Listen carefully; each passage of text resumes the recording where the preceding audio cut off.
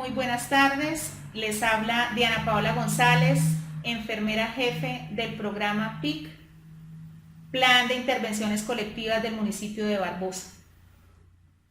Programa encabezado por el Hospital Integrado San Bernardo, la doctora Daisy Gordillo, la Alcaldía Municipal, el doctor Víctor Camacho, y la Secretaría de Salud Local, el doctor Cristian Molina. El día de hoy vamos a hablar de un tema muy importante, que es cómo cuidar al enfermo de COVID-19 en casa. Un tema pues de mucha importancia, ya que ninguno de nosotros estamos exentos de pronto a que nos enfermemos, ¿sí? Seamos nosotros o de pronto algún familiar. Entonces es importante pues saber cómo es ese cuidado que debemos tener en casa con un familiar.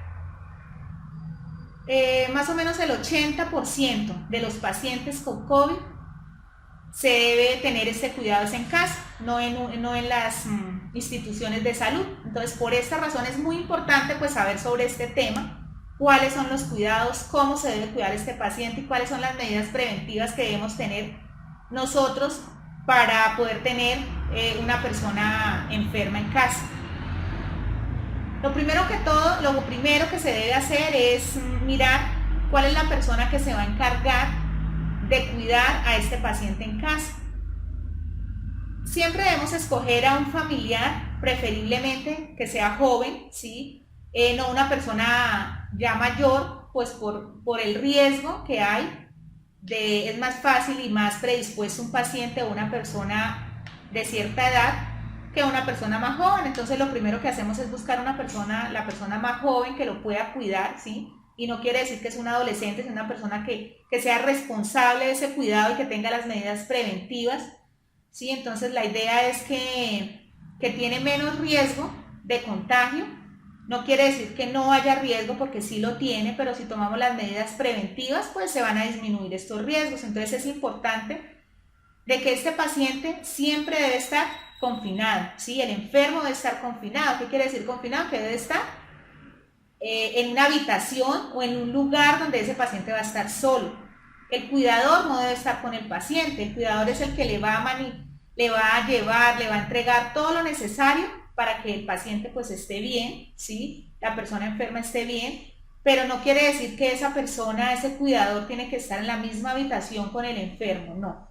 Ese paciente va a estar en su habitación, preferiblemente que esté solo, y el cuidador lo que va a hacer es entregarle lo que él necesita, lo que es su alimentación, lo que es la ropa que él necesita para cambiarse, estarle llevando, pues si le han dado algún medicamento, la medicación y todo lo que el paciente requiere, pero siempre tener una prudencia de distancia. Debe haber un distanciamiento, debe haber una distancia. Que porque de pronto en una clínica no es las mismas medidas, porque de pronto estas personas están capacitadas para las medidas preventivas, ¿sí? Una persona de pronto de la misma familia no tiene las mismas, se le explican, pero pues de pronto es mejor. Y como la mayoría de los pacientes son pacientes que pueden hacer sus propias actividades, ellos mismos se pueden cambiar, se pueden bañar, pueden ir al baño, ¿sí? Entonces los pacientes que están en casa, ellos se supone que si están ahí es porque ellos pueden hacerse todas sus cosas diarias, ¿sí? Entonces no necesitan una persona que esté todo el tiempo con él, pero sí que le esté entregando lo necesario para vivir y para que esté pues cómodamente. Entonces es importante que siempre que se le entrega algo al paciente, sea agua, sea alimento, sea ropa o cualquier utensilio, tenga una distancia prudente, que esa persona que entra a la habitación con la distancia prudente siempre debe utilizar un tapabocas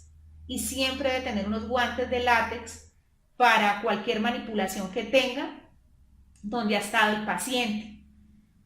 Que ese paciente también, cuando va a entrar la persona, el cuidador debe tener también, utilizar el tapabocas, colocarse el tapabocas, es muy importante. Tan pronto el cuidador entrega los alimentos o entrega lo que se le va a dar al paciente, inmediatamente salga de la habitación, él debe lavarse las manos con los guantes puestos, debe hacer un lavado de manos con los guantes puestos. Cuando ya haya terminado este lavado de manos, se retira los guantes y nuevamente se hace un lavado de manos minuciosamente, muy bien lavadas las manos, y secar las manos muy bien, utilizar preferiblemente toallas de papel, ¿sí? Para que todo esto evita menos la propagación del virus, porque una toalla de las otras sí está limpia, pero como hay un paciente que tiene es positivo, entonces hay más riesgo, ¿sí? De que toca lavar la toalla, que entonces es preferiblemente de papel y de una vez desechar, es muy importante. Y la utilización del gel antibacterial, ¿sí? Entonces siempre los pasos importantes es el lavado de manos con los guantes, luego el lavado de manos normal, el secado y luego la utilización de gel antibacterial. Todo esto nos evita y previene la propagación del virus al cuidador. Es muy importante. Esto lo que hace es evitar la cadena de contaminación tanto del cuidador como de las personas que conviven en casa. La persona que cuida al enfermo siempre le debe pedir al paciente que él mismo tome su temperatura. Él debe tomar la temperatura 2 veces al día y hacer un registro de día a día la sintomatología que va presentando, si aumenta algún síntoma, si ve un cambio en la sintomatología, y esto lo debe registrar porque el cuidador debe avisar a la IPS diariamente la evolución del paciente, ¿sí? Entonces lo que se hace es hacer un registro muy minucioso, el mismo paciente hace este registro y se lo pasa al cuidador o se lo dice al cuidador para que él se ponga en contacto con la IPS y la IPS así va valorando el paciente día a día, si el paciente va mejorando o en realidad el paciente va empeorando su estado de salud, ¿sí? Y si puede continuar en casa o necesita ya un servicio de salud hospitalario. Entonces eso es importante. Algo importante es que cuando el paciente siempre preguntar, ¿sí? De que si ha aumentado la parte del gusto, del olfato. Esto es muy importante porque es un síntoma que altera, ya empieza uno a preocuparse de que este paciente que empieza a presentar disminución de olfato y de gusto es porque de pronto la sintomatología está avanzando y puede ser un paciente que toca vigilarlo más constantemente porque puede llegar a presentar signos de alarma que necesita ser valorado en el hospital. Siempre se les debe llevar lo que es la comida, lo que son los alimentos, y siempre todo lo que se le lleve al paciente debe tener una distancia mínimo de 2 metros. Entonces preferiblemente, si es una habitación muy pequeña, se le debe dejar en una mesa fuera de la habitación y el paciente, después de que ya se ha retirado el cuidador, él abre su puerta, ingresa sus alimentos para ser consumidos y luego cuando él termina vuelve y coloca todos estos utensilios fuera de la habitación. Entonces eso también es muy importante. Sabemos que, porque decimos que el paciente hace sus mismas actividades, es porque entre un 80 y un 85% de los pacientes que están en casa son pacientes que pueden hacer sus cosas solos, que no necesitan que otra persona, a pesar de que pues no se sienten bien, que hay un malestar, que hay una molestia, hay dolencias, pero igual es un paciente que tampoco se puede quedar todo el tiempo en la cama acostado porque esto va a aumentar la sintomatología. Entonces lo que se hace es que el paciente haga sus actividades diarias él solito, no necesita que se las haga otra persona. Algo muy importante es el baño del paciente o el baño de la persona enferma. Si nosotros, lo primordial o lo que debería hacer es que ese paciente tuviera un baño en la misma habitación o un baño para él solo. Pero en algunos casos pues no se puede, sí, eso es lo ideal, pero si de pronto no hay posibilidades de que ese paciente tenga un baño para él solo, pues lo que se hace es que el mismo paciente debe hacer la desinfección de este baño. Cada vez que el paciente utiliza el baño, él debe utilizar un jabón, un líquido para desinfectar y utilizar alcohol o amonio cuaternario o cualquier desinfectante para hacer esa desinfección del baño, ¿sí? Y después de que ese paciente sale, él mismo hace su desinfección, él sale del baño, tiene que ir el cuidador, ¿sí? Ya al haber habido desinfección, vuelve el cuidador a hacer otra especie de desinfección al baño nuevamente para evitar esa propagación del virus, ¿sí? Entonces es muy importante, sea porque el paciente tenga, si el baño es utilizado por otras personas, pues la desinfección debe ser muy minuciosa, tanto de la persona enferma como del cuidador, volver a hacer y repetir nuevamente esa desinfección para evitar esta propagación del virus. Entonces, de igual manera se hace la desinfección del baño con agua y jabón, y se utilizan los líquidos, sea amonio cuaternario para las superficies después de haber lavado el baño totalmente como se lava un baño comúnmente, y después se aplica todos los desinfectantes utilizados en todas las superficies. De igual manera, el mismo cuidador debe volver a hacer el lavado de manos con los guantes que tiene puestos, desechar esos guantes y volver a hacer su lavado de manos normalmente y utilizar el gel antibacterial, y siempre usando tapabocas, ¿sí? Eso es muy importante.